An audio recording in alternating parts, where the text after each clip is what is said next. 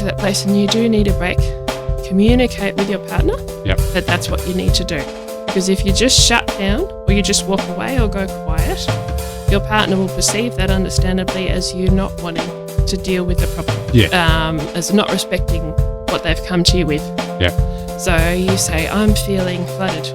I'm feeling overwhelmed right now. I need a time, I need a break to calm down so I can come back and listen to you. And communicate that to your partner so they know you're not just ignoring them. G'day and welcome to I Do, a podcast about marriage. On today's episode, we're going to be talking about filters. Does it sometimes feel like what you say and what your partner hears are two different things? Maybe filters that are affecting this. We all have them, and they are our inner lens that processes how we see the world, each other, and therefore our partners. They have the potential to be negative or positive. We're going to be talking about some of the positives and the negatives and how to deal with them. And thank you for joining us on I Do. We hope you enjoy this episode on filters.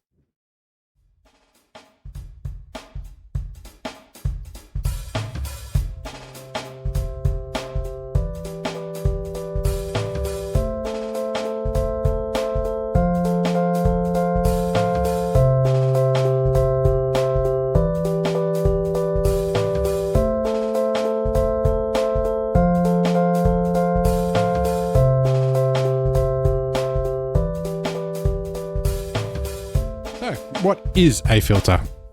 So a filter is a very good thing, actually, because it helps. It's our inner lens. It's how we process the world around us. It's how our brain decides to respond to different circumstances in our life. So we don't have to, it presents being overwhelmed with too much information. It just chooses based on upbringing and past relationships and all these worldviews, everything. About what to ignore and what to take notice of. And we all have them. None of us are completely objective, but different things can happen in our lives that distort them sometimes, and that can play a big part in communication issues. So it's good to be aware of what your partners are and what yours are so that communication flows better and you're able to talk to each other and really hear each other without preconceived ideas getting in the way. So it's like your inner lens, if that makes sense. Yeah. So if you're what would be an example? Yes. So if you're home and you're stressed and you feel really like you feel overwhelmed, you feel a bit on the point of breaking, and let's say your partner comes to you and says, "Oh, do you mind if I cook tonight?" Yep. And you might be on the defense because of how stressful your day is. And when you hear them say that, you might think, why do they want to cook dinner? Do they not like my cooking? Yeah. What's wrong with my cooking? Well, do they think they can cook better than me? Oh, I don't know. They've made mistakes and then they're ready to attack or they're on the defensive really quickly. And what a neutral statement becomes a negative one when it might not be intended that way. I mean, of course, it depends on how it was said. It could be a negative the tone. But when your brain automatically jumps to that assumption, there's a filter going on, and stress contributes to that, past conversations, and how much you trust your partner, so it's to be honest with you. A build-up of a list of things. Yes. So, like I said, they can be, they're neutral things. They're not negative or positive, but they have the potential to be both. Yeah. So it's good to have. And depending on that person's point of view, is if it's negative or positive. Yes, exactly. So your negative and positive might be different to my negative and positive. Yes, exactly.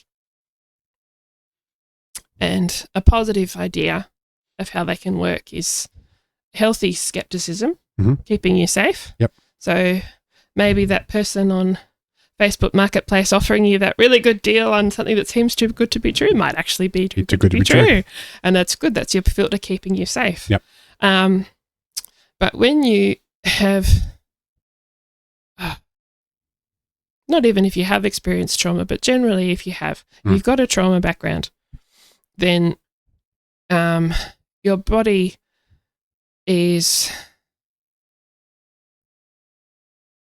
a lot of time on alert. Yeah.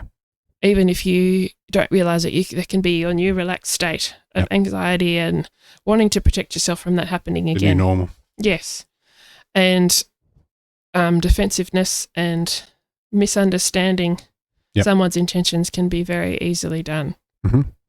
And so we're going to be talking about, how that can happen. Yeah. And so I wanted to give an example. Sarah's school life. Little Sarah in primary school when I was in grade, I feel like it was young. I feel like it was maybe prep, but I don't know. But we were around the ages of 5 or 6. And there was a popular group and there was a non-popular group. Of girls. Of girls. Yes, the boys were fine. Mm. They were off doing their own thing. Playing in the sand. Yes. Eating sand. But the girls were mean. And yes, each time I try and remember it, I get blown away by how mean they were capable of being at such a young age. But there we go. So my friend and I were the ones that weren't in the in-group. For different reasons. We were both poorer than most of the people at school, so that had a big part to play. Yep. And every day at the start of school, if you got there before school started to have a bit of a play, all the girls would meet at this favourite tree, and the popular girl would decide who was allowed to play at recess and lunch under that tree. And everybody wanted to be at that tree at lunchtime and recess. And she would accept people based on the first letters of their name. So she'd say everybody with the letter D can be, and we would always be waiting. So I was Sarah, and her name started with R. And our names were never, our letters were never called. But each day we'd go down holding hands, waiting at the chance that we might be. And one day there was a new girl who also started with the letter S. And by accident, the popular girl said, everybody's starting with the letter S. And I was, excited. We'd already made this deal that if one of us was allowed to go, we'd let them. Yep. Because we'd just fill each other in later. Yeah. And I started getting excited. She was getting excited, and she noticed our excitement. And she said, oh, no. Also with the second letter A. And I was like, it's still me. It's like, no. They also have to have the last name. And then they said the last name of the new girl. And so a helpful filter for me might have been, don't trust this girl. Yeah. Stop going down to the tree every day and getting your hearts broken. That would have been a helpful filter. But what happened to me was I got very guarded. And I did eventually, but it took a lot of years of school before I got over that feeling of really, really desperately wanting to be part of the in-group. Yep. And feeling like there was something wrong with me and my friend because we weren't. And so that would affect how I would be with other friends because I kind of viewed myself as lower. Yeah. And if I was invited to something, it was a huge honour. Yeah. I didn't feel comfortable inviting anybody else. Mm-hmm. And when I was invited to something, I didn't feel like it was on purpose. Yeah, yeah. It was just like, it's just a random surprise. I better be really good. Yep. And it affected me for years. Yeah. How I heard things, and then at different points in my life when other things happened, my brain was triggered to collect information that supported that view. Yeah. So if someone was mean to me again, I'd say, that reinforces the idea. Sarah down here, them up here. Yeah. And so that's what can happen when you have a negative filter. Yep. You have a traumatic experience and your brain tries to protect itself from being hurt again. Yeah. It searches for information like that, what happened to you happening again, as a way of keeping you safe. Yeah. But it can not keep you safe. It can just traumatize you more. Yeah. And if you don't learn how to search for the good things as well, you can really do yourself some harm. So thankfully I'm okay. Yeah. You got over the trees. Yes. So.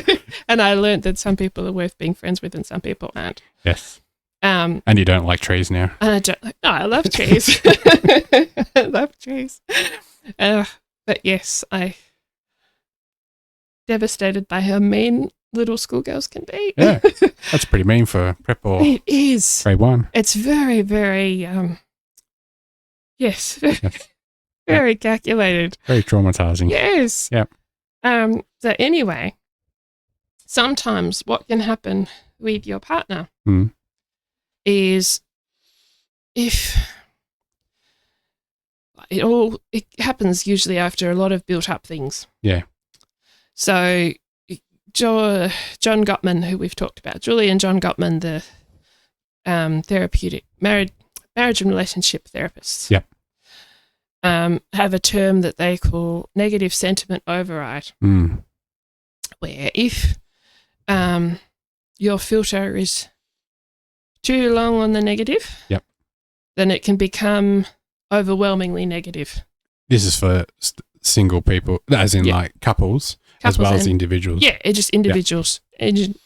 Person on your own, person in a couple, both things. Yep. In a couple situation, it can be brought on by repeated unresolved resentment. Yep. Usually over a lot of little things building up over time that is either not brought up or they attempt to bring it up but it doesn't go well because it wasn't the best way of communicating, or the partner doesn't know how to resolve it, the partner feels attacked. But anyway, if those slow resentments and hurt and lack of trust in your relationship build up over time, you develop a negative filter. And it goes into overdrive where eventually even the neutral statements, even positive statements your partner may make are read through that filter of a negative, and the bickering starts, the nagging starts. Or they've just not registered as positive. Yes. Yeah, they're just not registered as positive at all. Yeah, not remembered at all. Yeah, or ignored completely. Yeah. They're just filtered out. And it's not even a conscious thing sometimes. It's a subconscious thing. So knowing that it's a subconscious thing, can, if you're on the receiving end of this person taking you the wrong way, it might help you get a little bit of empathy and not feel so defensive yourself, which will help. Yeah. Yes, because it's something your brain is trying to do to protect itself, and it's gotten a little bit distorted. It's no longer picking up the positive things. Yep. And if it sees the positive things, it either ignores them completely or it twists them to be a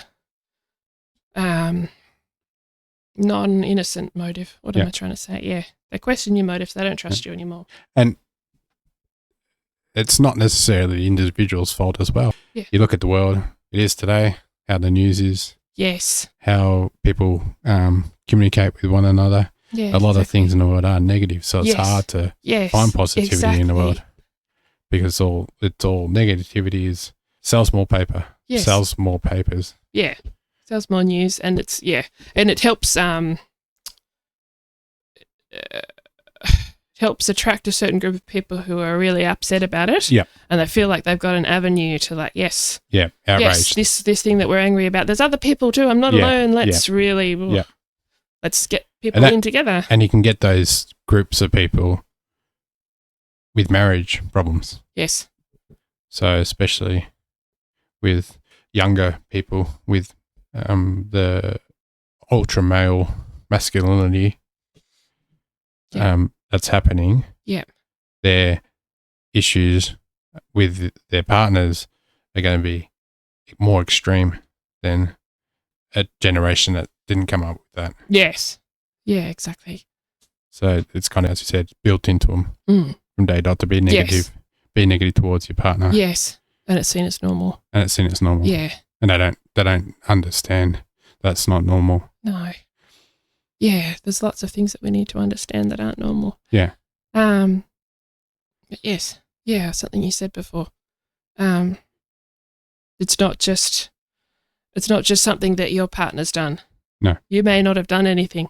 Yeah. It could be past relationships. Yep. It could be their experience of the world. So if they're in a group that they feel part of, like a alpha male group that's conditioning them, it could be upbringing, it could be just their worldview. They could be someone who's naturally negative, which again isn't always a bad thing because they can be very good at troubleshooting or picking up on problems if you're someone who's an engineer. Not being taken advantage of. Yes, yeah, exactly.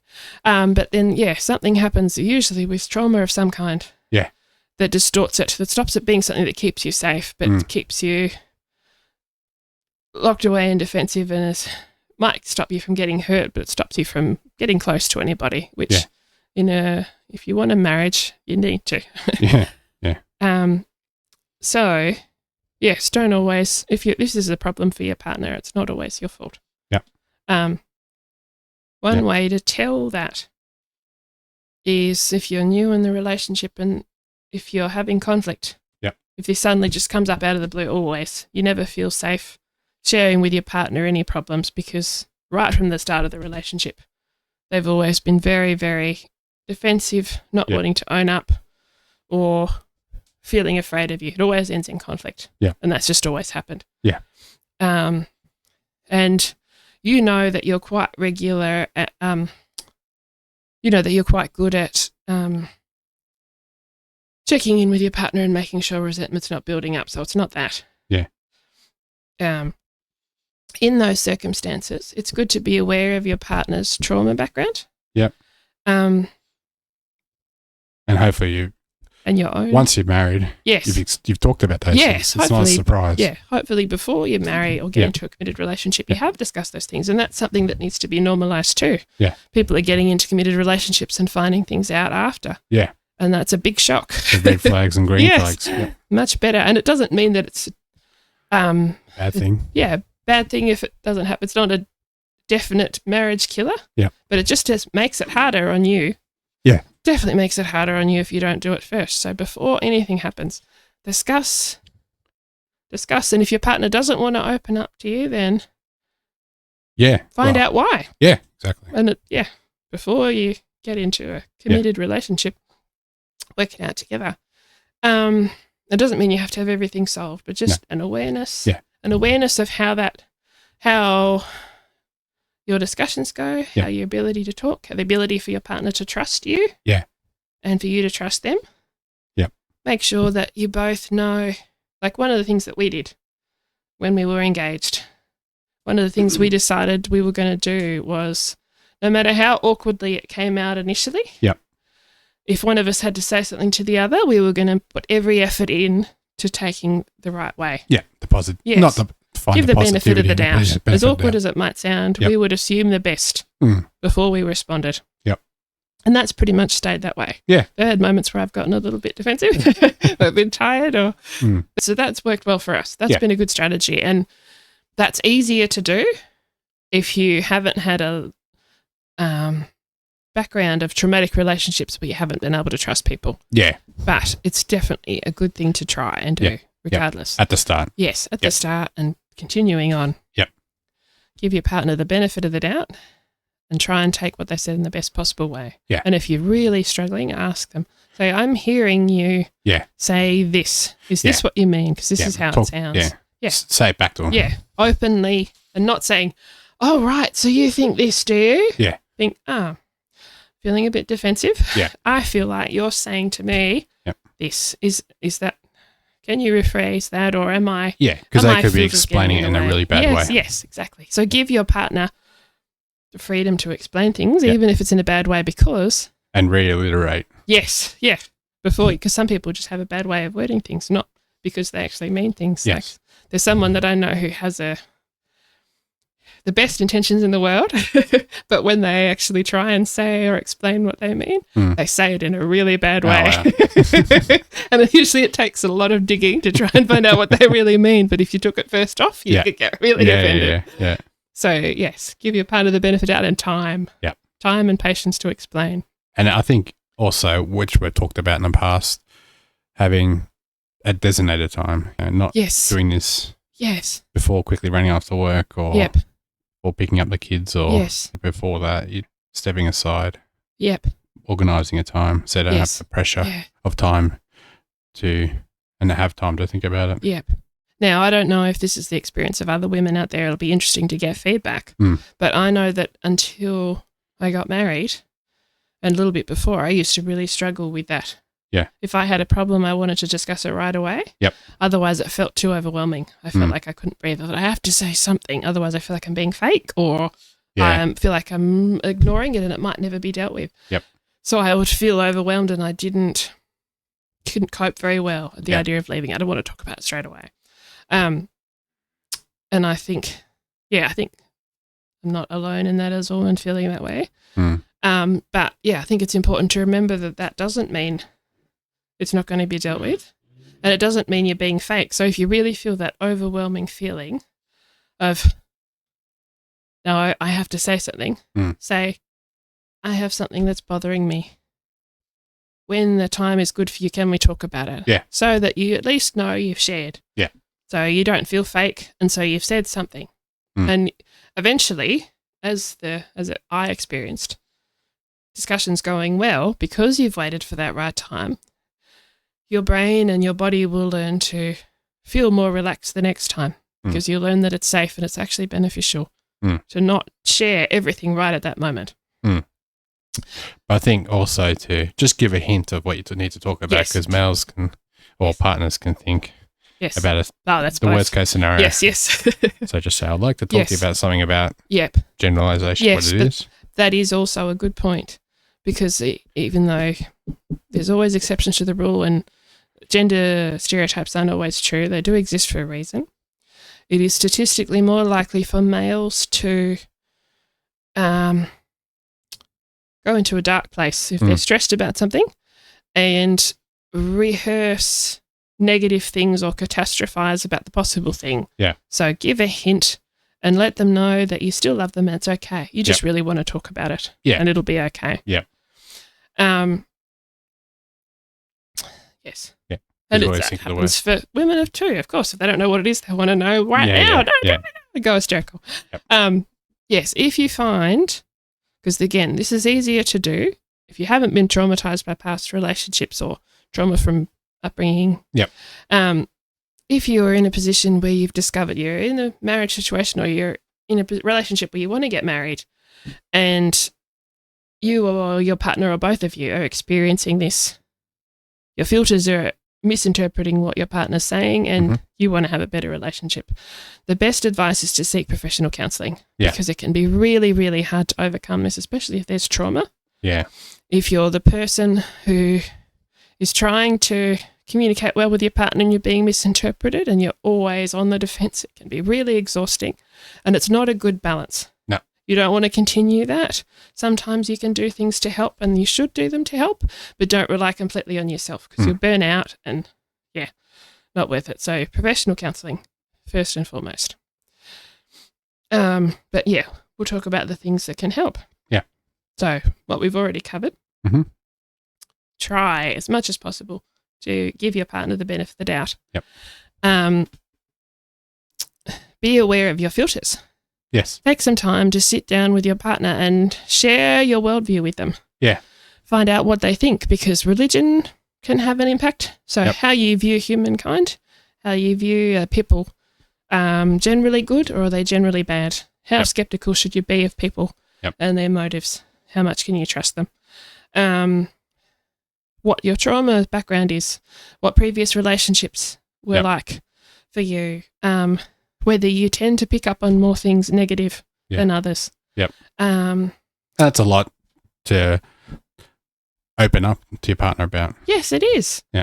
It is a lot to open up to your partner about, but it's all helpful. Yeah. And it's not impossible, but it's a lot harder if you haven't done that to have a good relationship. Yeah. You need to normalize openly talking, openly discussing things that most people don't talk about. At all. Yes. Yeah. And just in general, like they're very traumatized people. But even without the trauma, I think just in our society, there's enough memes out there of people who are suspicious of people. Yeah. People are suspicious of motives. People who aren't, they don't trust people anymore. No. All you see is people being nice to your face, bad behind your back. Yeah. People don't know how to give constructive feedback. They don't know how to address conflict. Nobody knows what they're doing. And so there's a lot of suspicion, a lot of defensiveness and fear. Yeah, lots of fear. Yeah. So if you can have these discussions with your partner and they go, well, you're doing good. Yeah. Because you want to have that trust. Yeah. Because basically the negative things come up because they don't feel like they can trust you. They haven't been able to trust people in the past, so how do they know they can trust you? Yeah. They find out by conflict going well, by you being trustworthy. Yeah. And you want that in a marriage. Yes. That's probably the big thing in a marriage is trust. But you also want a reality check to know that we're imperfect people in an imperfect world. Yeah. And even the most loving partner is going to be careless with their words sometimes and hurt you. Yeah, yeah, yeah. And you're not going to be able to, if you're searching for the perfect partner, you're going to be alone or severely disappointed when they show their humanity. So, yes, reality checking. Mm-hmm. So, if you're feeling upset at your partner, so if your partner's come in and they've said, can I please cook tonight? Yep. And you're already on the defense and you're saying, to yourself, why don't they want me to cook? They don't like my cooking. Oh, da, da, da, da, da, da. If you notice yourself going into that negative spot, ask yourself whether it's a good idea to assume that's true and go with it. Yep. Or reality test it against something else. Give yourself another way of looking at it. Yeah. Like maybe they're your partner offering, loves you. Yes. That much that they want to cook for you. Yes. Yep. They see you're exhausted. They can see you're already stressed. So they think, how about I offer to cook? Yeah. And even if, let's say, your partner is really secretly nervous because they don't like your cooking and they haven't told you, but they are offering. In a conflict situation, it's probably better to assume that's not what they mean and just say, thank you. Yeah. Yes, I would love it if you cooked. Yeah. Or, no thanks, I really feel like cooking. Yeah. And then in a safe place at a later time, help them to be honest with you. Ask them in a non-threatening way, without any anger in your voice or fear that they're really going to hurt you. Do you like my cooking? Yeah. Is there something that I can improve on? Or what is it I felt before like you are offering because you don't like my cooking? Am I just paranoid, or were you thinking something else? Yep. And if you give your partner the safe space to open up to you about that, and it goes well, your partner will feel safer being more honest with you, and that will help your trust of them, because you'll know when they tell you they're being honest. Yeah. You know, oh, yes, when they didn't like my cooking, they told me. So I don't need to second guess their motives all the time. I don't need to nag them until, finally, just tell me what you really think about the cooking. Yeah, yeah. You can trust that if they've got something negative to say, they'll tell you, and that puts you in a safe place. Yeah. But it's not always necessary they're in those situations either. No, exactly. You might disagree with them. Yeah. But you've got that open channel. Yes. A calm conflict that goes well, add some humour in. Yep. You can have that open discussion if it goes well. Yep. Then it sets you up for the next one that you have to have. Yep. Gets your defences down, gets you trusting your partner, and helps your brain to filter in some positive experiences for next time. Yeah. So your brain doesn't automatically go to the negative. Yeah. If, again, with the stereotypes, but this isn't always true because it can happen to men or women, but statistically, John Gottman found out that men are more likely to experience a process called flooding, emotional flooding, where your heartbeat races, you rehearse negative things to yourself about what your partner may say, you feel out of control and scared, and you just want to shut down. You want to shut down and stay quiet. And it's a very tense place to be, and you want to ride through the conflict. Yeah. Your prefrontal cortex, the prefrontal cortex or lobe, doesn't sound very good, shuts down. So you're not able to process what your partner's saying properly, and you need time to calm down. Yep. And while men may experience that, women can get very highly defensive. Yep. And they still need time to calm down, and they might need some space to just not talk about the problem anymore and just relax. Yep. So if you are experiencing that, it's good to be aware of when you are. Sometimes I get defensive and I don't recognize, and you've been really good at pointing it out. Yeah. And they're usually you saying in a nice way, you're getting defensive right now, I don't need an argument, I don't want an argument, is enough for me to go, oh, yes, I am. Check myself and get back to a calm place. Yep. So good to be aware of when you're getting to that place. Yeah. And if you are getting to that place and you do need a break, communicate with your partner that that's what you need to do. Yeah. Because if you just shut down or you just walk away or go quiet, your partner will perceive that understandably as you not wanting to deal with the problem. Yeah. As not respecting what they've come to you with. Yeah. So you say, I'm feeling flooded. Yeah. I'm feeling overwhelmed right now. I need a time, I need a break to calm down so I can come back and listen to you. Yeah. And communicate that to your partner so they know you're not just ignoring them. Because you want them in the right headspace. Yeah. Yes. You don't want them having thoughts in their back of other things that's going to affect their judgment or opinion or reaction. Yep. So take some time and learn about what your partner, they might want some space alone, and if so, respect that. But you can help your partner soothe down. Yep. you can help them find out, explore with your partner, either before you get married or after. Yep. What helps you calm down when you're feeling stressed? Yeah. What can I do to help you right now? Yeah. Give you some space. Would you like a hug? Yep. Cup of tea. Let's talk about something completely different for a while. Let's talk about a different subject. Or chocolate, yes. And then come back to it. Mm. And however long you need, sometimes people need longer. Yep. Some people need 20 minutes. Some people need a day. Whatever it is, make sure you come back to it and that you intend to come back to it and your partner knows. Yep. Because, again, that builds up trust. It stops preconceived ideas coming in and messing up the conflict before it's even been resolved. Because it's good to do that. You don't want to kick the tin down the road. No. And it's hard. Sometimes you might not know what to say. And again, if that happens, communicate it to your partner. Tell them what you're going through. Don't just stay quiet because some people need to, and that's a good thing. Some people need to stay quiet for a period of time, but you do need to let your partner know some way you do intend to come back to it, even if you need to leave the room straight away and then you send a text. Yeah. Or write something down before you go. Some way of communicating that you need space. Yep. Because some people need, they literally can't talk. Having a agreed upon emoji. Yes, this is what I'm going to do. Yeah, exactly, a safe word. I need to leave, and this is what, that's a brilliant idea. In a safe time, discuss with your partner what's going to do. If you know that you can get to that place where you can't, say, this is what I'm going to do if I feel overwhelmed. Yep. And yes, make sure you come back. Yeah, it's important. Yes. Yep. And it's very important. Yes, because that will work towards their negative filter if you just leave it alone. Yep. And they will either keep on trying to bring it up and nag you, or they'll give up. Yep. And you don't want them giving up because that's where the emotional drift happens. That's where they drift further away from you and they disconnect. Yep. And it's harder to get back from that. And it's not impossible, but you have to work harder. Yeah. And the beautiful thing about marriage is if you do this work of discussions well, then it doesn't feel so much like hard work. It's a lot easier. Yeah. You'll still have those situations, but it'll be much easier. There'll be benefits to it that are worthwhile. Whereas if it's just hard work because you haven't done the pre-work, the conversations to start with, your relationship's not going to be enjoyable. It's going to be too much work. And also everyone has other things to do. Work. Yes, exactly. We don't have time. Kids. Yes. Money, pressures. Yes. So it just adds on to the problem list. Yes.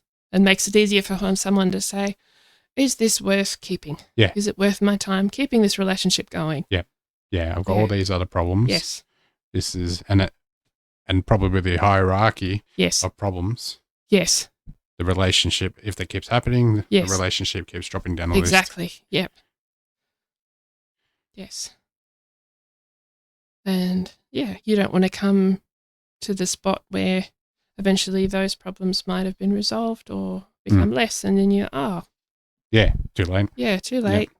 Partners moved on, or you've both hurt each other too much to trust each other again. Yeah. We've talked about the negative aspects of the negative sentiment override. What are the positive? Yeah, so if someone experiences positive sentiment override, that's the sweet spot in your marriage. And as much as rose-coloured glasses get a bad rap, especially today when people are like, keep your guard up because you can't trust the world. Yeah. It's actually the best thing for your marriage. Yeah. Obviously, you don't. There's always a caveat. Yep. Hashtag. Yes. Or sorry, asterisk. Don't want to be naive. Yep. You just want to be realistic. Yeah. About the positive things that you see in your partner, because there are positives that you can find, and the more you enjoy them, the more you appreciate them, the more you experience them, the better trust develops in your relationship, the better marriage. Yep. The more your partner wants to do these things for you because they enjoy the benefits of it. And when John and Julie Gottman were studying their couples who were newlyweds, analysing who was most likely to get a divorce and who wasn't. Yeah. And they did these studies on these couples, very intense scientific kind of I think it was boundary breaking. Camera in their in very their houses. Intense focusing.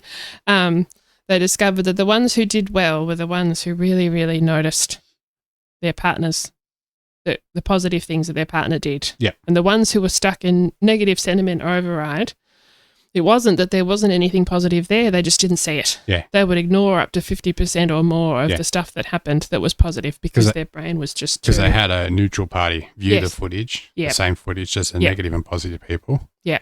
Of those people, which would have been, I assume, cameras in their houses. Yes. And the negative people didn't see the positive things. No. But the positive people saw all the positive things that the neutral party saw. Yeah. Yeah. So put on some red colours glasses and get in the habit of searching for your partner's positive things. Yeah. Notice the things that they do and thank them for it. Yeah. And rehearse that more than you rehearse the bad things. Yeah, because all couples do positive things. Yes. It's if you acknowledge them. Yes. Is the main thing. Yes, and ironically, one of the things that leads to negative sentiment override is all the positive things you think you're doing being unacknowledged. Yeah, yeah. So, start acknowledging, start noticing, and it doesn't mean that conflicts and issues aren't a problem. We're not trying to say ignore them. We're trying to give you good strategies to help deal with them. Yeah. But the best thing for your marriage is to build the love. Yeah. Build the trust, build the warm feelings towards your partner and the recognition of the good things because they will help you deal with conflict better. Yeah. One of the ways to, can't remember the figure, but 90% of arguments, the beginning of the conflict decides how it'll end. If you start the conflict angry and defensive and telling your partner off, there's a good chance it's not going to end very well. Yeah, because no one's happy to start. No, if you work on fostering the love, fostering the good feelings towards your partner, it will be a lot easier to deal with conflict because your partner will trust you. Your partner will want you both to be happy. You'll want them to be happy. Because you see that the partner is doing it for a positive reason or not a negative reason. Yes, exactly. And John Gottman found that the couples that were doing well would go so far as to compliment their partner to John and say, oh, my partner did this really well. When I was getting upset, they really knew how to calm me down. Yeah. And I'm just so proud of how they did that and laughing and smiling and the ratio of positive to negative was 5-1, sometimes 8-1. Yeah. Overwhelmingly positive to negative. And yes, doesn't mean conflict isn't addressed. It just means build on the love first and then you will be able to address the conflict easier. And it won't be such as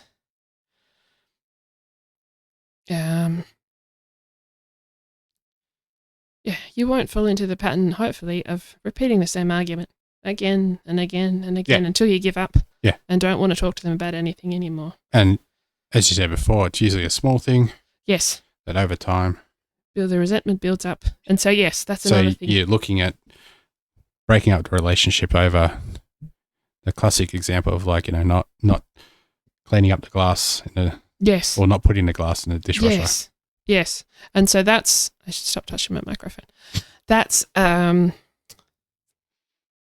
you brought up is another good point. It comes back to filters. Come back to discussing if you have a problem with your partner and you are annoyed about that glass outside the dishwasher, what does it mean to you? Is your partner showing you disrespect? Do you feel like they don't care about you anymore? They don't love you? They may not feel that way. It may be an understandable assumption for you to make if they keep on doing it when you've asked them not to. Yeah. That's understandable to think they don't care, but they may genuinely really care and love you. They just might not be. Processing is important because their filter doesn't consider it important. Yeah. And they think, it's not top of the priority. I wouldn't care, so they don't really mind. And yes, they've said it a few times, but I'm so exhausted, or I'm not thinking. They're genuinely not registering it as an issue, so they're not doing it. And so helping your partner to understand that that's what you think when they do it, they will take it more seriously because they don't want you to feel disrespected. They don't want you to feel uncared for. And that's where your I statements come in, what we were talking about in our previous episode, and also what I've mentioned in Facebook posts. I feel disrespected when you leave the glass there because it feels like you don't care about me when you do that. Yeah. Rather than, oh, you always leave it there and you don't care about me at all. And if you cared about me, you wouldn't leave it there. Ah. Yeah. I statements. As well as what you mentioned before. One thing that helps is if resentment's building up over time. Don't let resentment build up over time. Yeah. Communicate. Keep short accounts with each other. Regularly check in. Is there something I've done lately that's made you feel unseen, unheard, disrespected? Yeah. Can you tell me what that is? Yep. And when someone tells you a problem, if they do come and tell you what the problem is, listen, hear them out. Yep. Resist the urge to say, but what about what you do? And oh my goodness, I've been so tired and you don't know how I have to deal with that. Or you leave the towel on the floor. Yes. And you do this and my goodness, I can't believe you're complaining about that. Do you really care about that? Is that really a problem? Yeah. Making them feel stupid for bringing it up. Yeah. If you can't say anything, stay quiet and listen. Yeah. Nod. Hear them out. If you don't understand something, ask clarifying statements. Yep. Am I understanding you right? Is this what you said to me? Yep. This is what I heard. Is this what it means? No. Be prepared to take something on board. If you've done something wrong, apologize for it. Yeah. We're coming out of an age where I don't know who came up with it to start with, but fear of being sued or something. Yeah. Institutions became very good at covering up problems. Instead of admitting to them, instead of saying, I'm so sorry, yes, we did this, we shouldn't have, we're sorry, it was gaslight, block. Yeah. I don't want to admit that because if I give you any indication that I've done the wrong thing, you'll use it against me in terrible ways. Yeah. So we're going to shut you down. Yeah. You don't want to give that to your partner. No. It causes far, far, far more damage than you could ever realize. If you start to gaslight somebody, their defenses are way up. Yeah. It's not worth.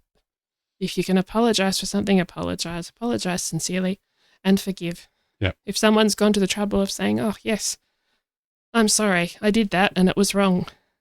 Don't make them suffer for admitting that. Don't say, yes, you did, and blah, blah, blah, and blah, blah, blah, and oh, yes. Because they won't want to do it again. No, they won't. They won't want to admit to you that they've done something wrong because you. Or they'll just leave it to an extremely higher. Yes. Issue. Yeah.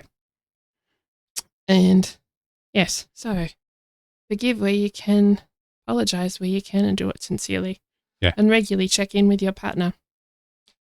And one thing that I think the stereotype of the husband asking, is everything okay? And the wife saying, yes, it's fine. Don't do that. You might have completely understandable reasons for doing it. Yep. This might be something you've tried to bring up over and over and over again and been shut down. So you just think it's fine. It's not worth bringing up. I don't have the energy to do it anymore. I give up. Yep. But if you're genuinely telling your partner that you're fine when you're not, you're ruining the chance of them being attuned to you to check when there actually is something wrong. Yep. We all have our own minds. We all have our own lives. We have different things that we're focusing on in the moment that might not be our partner. Yep. We're all going to miss things. We're all going to be careless sometimes. And we're not always thinking about our partner. No. So it's going to happen. They're going to disrespect you. Yep. So where am I going with this? And it also, if your partner's showing, if you think your partner's has something wrong, yes, and it shows in their body as well, if you keep on saying, or they keep on saying, oh, yes, I'm fine, exactly. I'm fine, yes, thank you, you brought me back on track, yes, then those signals you just ignore, yes, and then they'll come back to you later and go, when there is actually a problem that they want to talk about, they'll be like, well, why don't you love me? Yes. Why couldn't you say, well, why couldn't you tell that I was not happy about such and such? Because you've taught them to shut that part down. You've taught them to ignore that. Yep. So, yes, be very, very careful with your fine. If you don't feel comfortable telling them what the problem is yet, if you're not fine but you don't feel ready to talk, let them know. Say that. Yep. Say, I'm not fine. Things aren't good, but I'm still processing what this is. Yes. I might be misunderstanding you. Mm-hmm. What I'm thinking might not be fair to you because I'm hurt. Yep. So I want to process it more before I tell you. Yeah. Or I need to be in a safer place to tell you. Can we talk at this time? Or I feel like this is something I've told you a lot of times before. I don't want to have to repeat myself. To just start the conversation going, but don't pretend you're fine when you're not. No. So what's the solution to the problem that distorted filters can cause? Yeah, so we've gone over this a little bit already, but let's just summarize. Yep. So first off, if you discover this is something that your partner is going through because of trauma, don't try and do it on your own. Yep. Get professional help. Yep. Because it's too much. It's very, very hard to come out of on your own, especially if you're the partner doing it who's in the negative, being viewed in a negative way. Yeah. But before you get help, or if your partner is disagreeing to help, you go and see somebody yourself, because they can help you know how to respond in a better way, and that can help change your partner. Yep. Right. And things you can do in the meantime. What we've discussed is clarifying statements. So if your partner is going through this and they're misinterpreting what you're saying, getting angry and viewing everything you do in a negative way, have a relaxed and safe conversation with your partner about what your worldviews are, what your filters are, past trauma experience. Because these might not be conversations you've ever had. Yeah. And again, if it's reached a point of very entrenched negative sentiment override, then you may only be able to have this discussion with a counsellor, if at all, or a trusted friend who can be objective. But yes, have those conversations if they can be done safely. Yep. So you and your partner feel a bit more on the same page. Yeah. Any conversation that you have, any communication where you can build trust, where you can build the love feelings, where you can help them feel safe voicing their concerns, even if it's not going to come out right. If they're stuck in negative sentiment or override, it's going to come out pretty attacking at you. Yeah. If you can stay non-defensive, stay calm, stay loving them, try not to retaliate, ask for time out, but communicate that you need time out. And also, don't be hurt by... Yes. Try not to take it personally, even though it probably will be very personal. Yeah. Apologise when you need to. And like we've said before, as we've learnt from retail, the fastest way to diffuse an angry situation is to listen well and hear the person out. Yeah. And talk. Make sure they feel heard. Sorry. And tell it back to them. Yes. What you're hearing. Yeah. I hear you say this. Yep. Is this what you... Yeah. I'm sorry. Yeah. Yeah. And I don't want you feeling that way. No. Yeah. No, because you don't want your partner to be not in that situation, but not feeling like that all the time. No. And regularly check in. Is there something I've done recently that's made you feel disrespected? Yeah. And not taking offense to being asked that question. Yes. Because I'm sure there's a lot of people who are like, oh, what are you saying that for? Yeah. No, I'm not offended because they're afraid again of admitting because it's been used against them in the past. Yeah.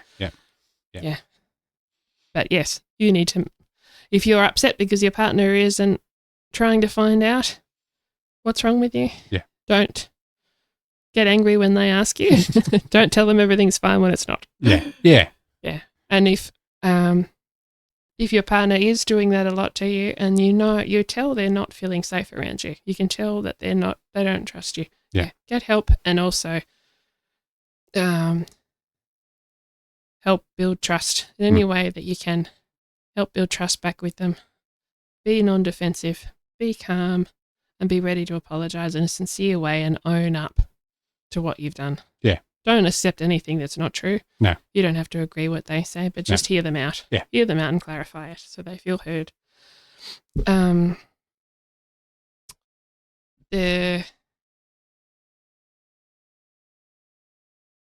Finding out what your partner's filters are and being aware of them. Finding out what preconceived ideas that you might have about what different things mean, what silence means to you might mean something completely different to your partner. Find out what it means to them when you do different things. And openly communicate. If you don't know what to say, I don't know what to say. But I really want to.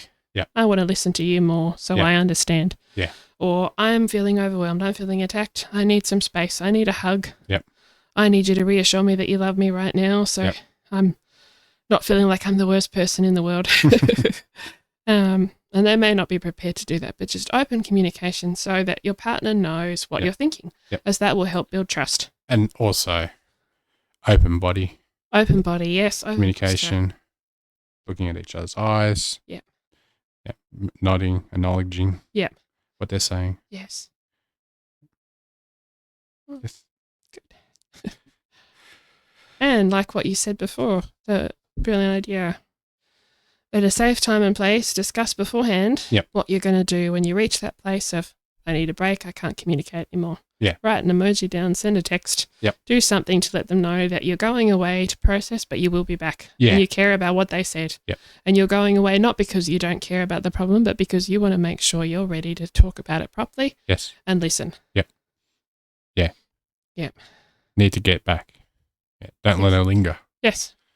And go to the Gottman Institute website, read up on the stuff that talks about negative sentiment override, talks about filters, talks about flooding. Yep. And read up. Or listen to this on podcast what it says again. and say, hey, to your partner, I found something interesting. Let's listen to this.